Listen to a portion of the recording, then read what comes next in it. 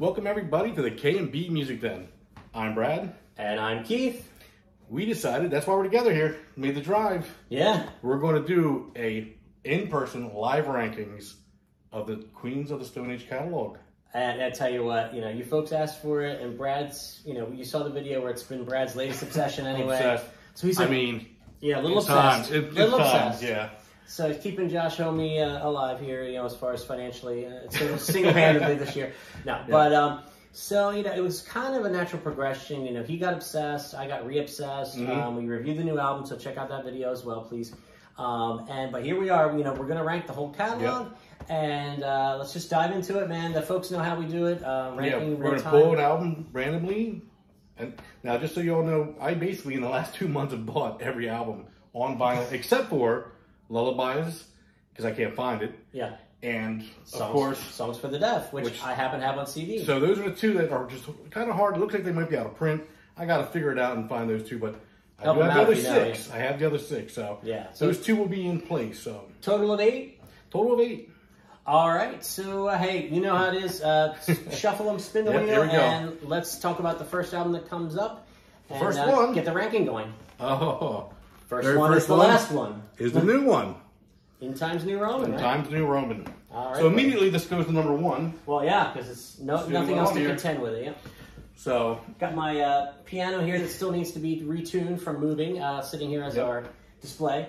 We will have 1, 2, and 3 listed right out here for you guys. Yep. So what do you think of In Times New Roman? I think it's really strong. I think I said to you, Brad, before we started this video, this one's tough for me because I think there was another band we said that was similar to. I think it was Pearl Jam, where we said, there's one or two that are like wow, and then there's like everything is just so solid and so consistent that for me it's hard to rank these. It's almost like splitting hairs, but it's what we do. Yeah. And we'll do it. But for me, this band is particularly hard. So. Yeah, I told him before we started this, I said, I'm going to be leaning on you, man, especially because you're obsessed right now. Well, it's going to work out great because there's certain ones that I'm really splitting hairs on. So if there's an opinion, that's going to be the tiebreakers on these. So, okay. So it's going to help out quite a bit. So, but we know the new one is currently number 1, but let's see what the new contender is here. Now this one's going to need explaining. Yes. What is that? What is this? This is a vinyl that I bought at Record Exchange. Or Record Connection, I'm sorry. Record Connection after. I'm like, what the hell am I talking about? This is a bootleg of a live show in Philadelphia. We are going to use this as the Lullabies to Paralyze. Lullabies to Paralyze cover.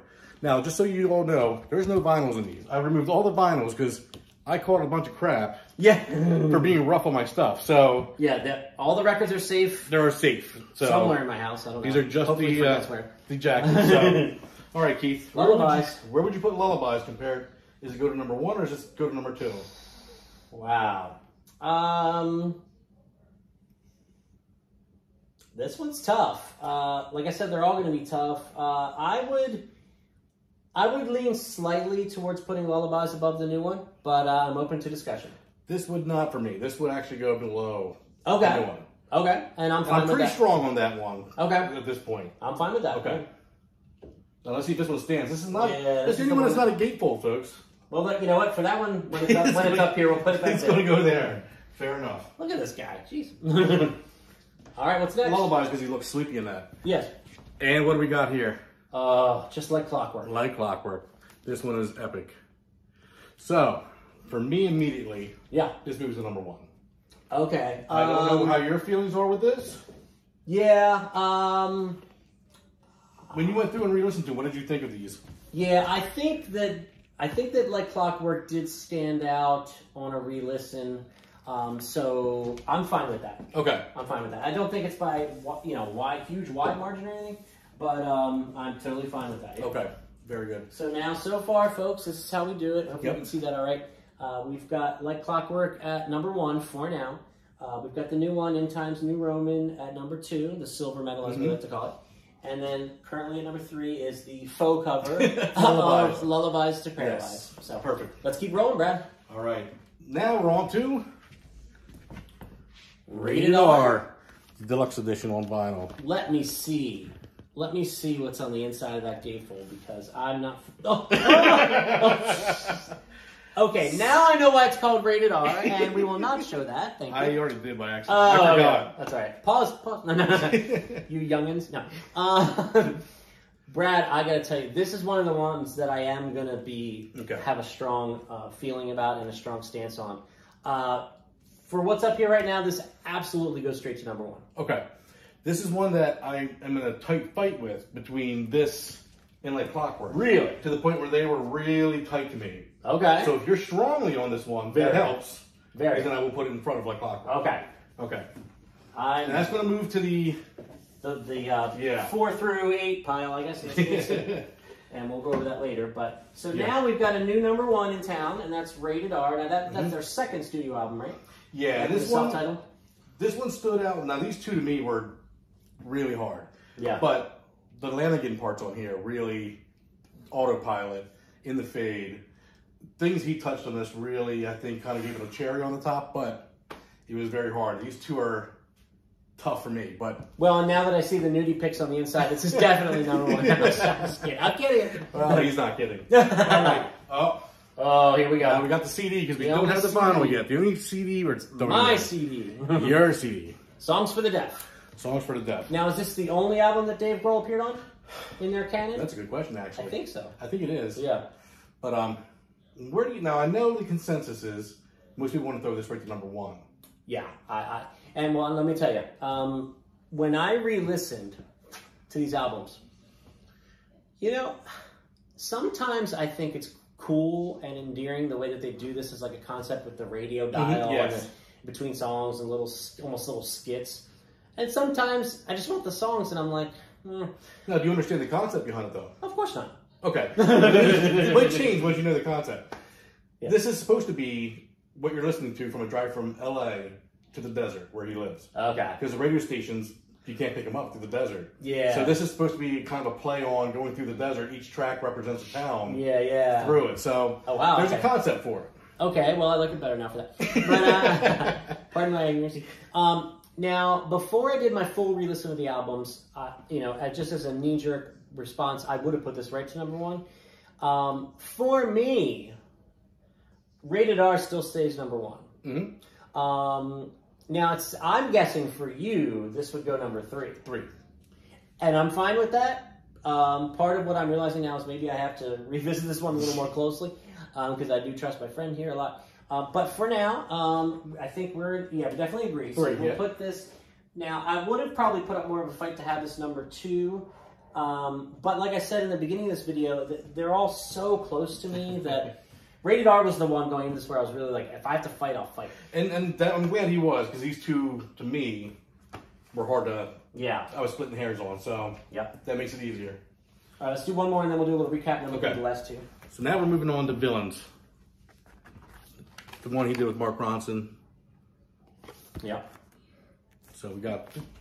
Where do we got Villains here, Keith? Well, Villains to me feels like a little bit of an outlier in the catalog. I agree. Not necessarily in a great way. I agree. For me? Okay, good. So I would say, I guess probably our only logical question right now is would it top Lullabies? And that's a tough one. Yeah. I'm going to say yes for the cohesion factor. I feel like Lullabies was a little disconjointed. Okay. And I feel like this did have a direction. I don't know if I necessarily love the direction. Yeah, but it is. Yeah. But it was part of a trilogy. It's part of the...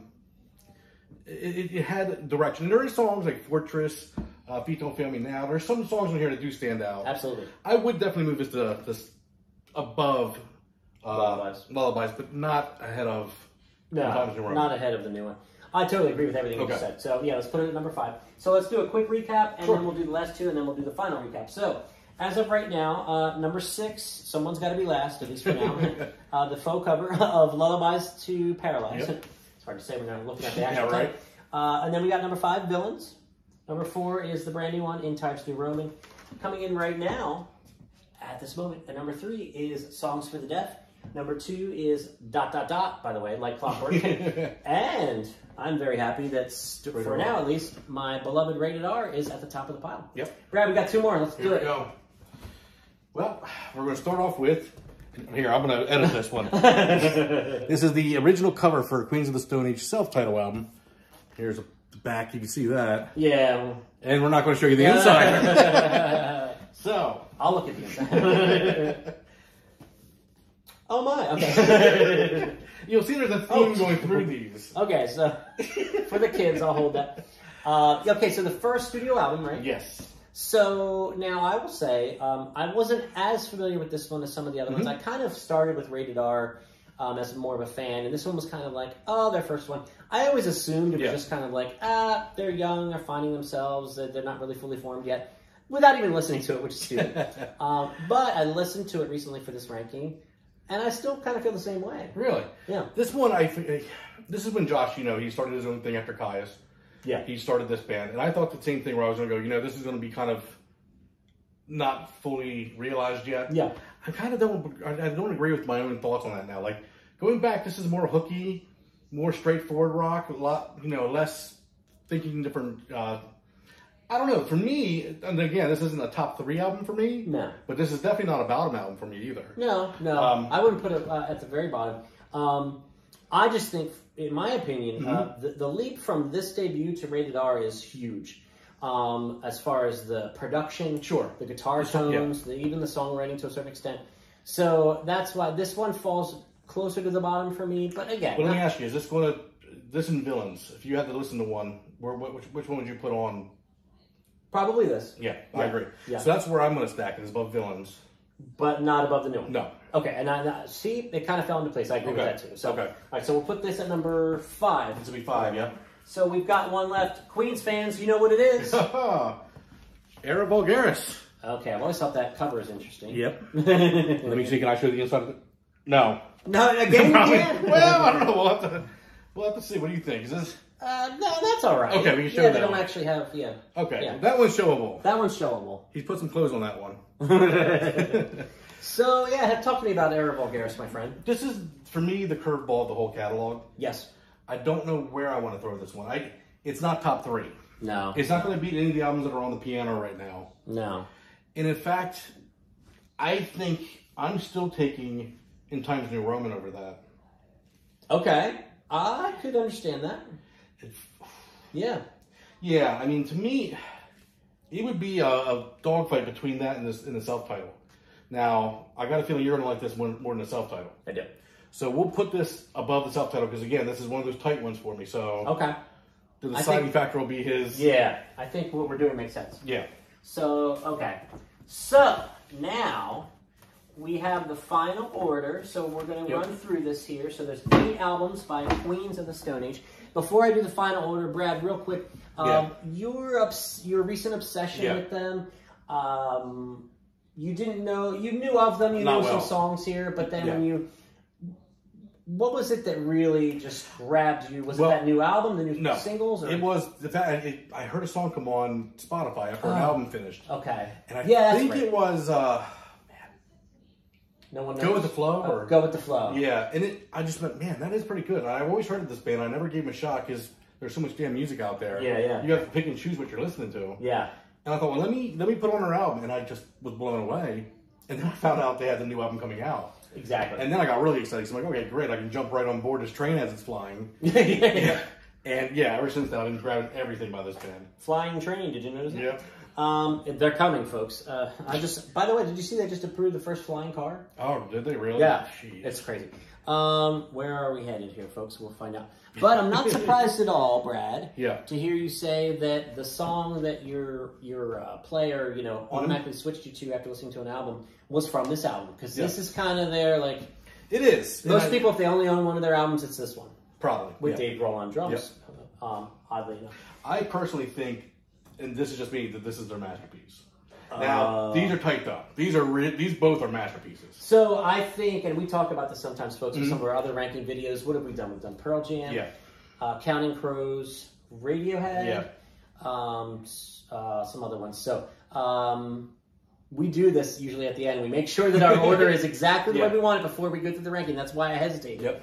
I have a feeling if it were just you, Yeah. doing this ranking. Without me, this would be number 1. It would, but this would be so close at number 2. Yeah. It'd be biting at its heels. Yeah. So, I mean, that's why I'm glad he has a stronger opinion, because to me, this is a masterpiece, but this is a masterpiece too. This is 1A and 1B to me. Yeah. So it's really hard. And I need to revisit this one more clearly. But I went into this video, like I said to Brad, I need you to guide this one because they're all so close to me. They're all so great. But the one thing that I was hoping to get out of this video, from my standpoint, selfishly, was that I wanted Radio Dog to be number 1. Anything else I was feeling very, very open and negotiable on. Yeah. So the fact that we, kind of have this What 1A, are your 1B. standouts on Radar Guard? I put it there for you. I gotta look at the. Is it track list easy to see here? No, it's not. Just a bunch more. You're putting me on the spot. I don't know offhand. I'm sorry. No, I understand. But it was just the way it flowed, the whole album, and it was just one of those things where. Well, I was curious what you thought of the radio hit of the summer track. Oh yeah, yeah. I mean, that's an interesting. It is, yeah. I mean, but this whole thing, and again, I was more familiar with Songs for the Deaf going into re-listening, and I was like, man, that jump from the debut to this was so big, and it just flows so well. So I'm happy, Yeah. But again, we really do look at this as 1A and 1B. It really is. So, all right, now I think we're pretty set with all these. So yeah, let's go down the final. Obviously, folks, we're going to say put your rankings in below. Comment on ours, comment on the new album, comment on Hami, comment on Queens in general. All things Queens, put them in the comments. We really appreciate the back and forth. That's why we do this. So, the faux cover, maybe this is part of why it fell so low, because it was just, we don't even have the physical copy of it. No. But Lullabies to Paralyze, in at number 8, Mr. Smoking Guy.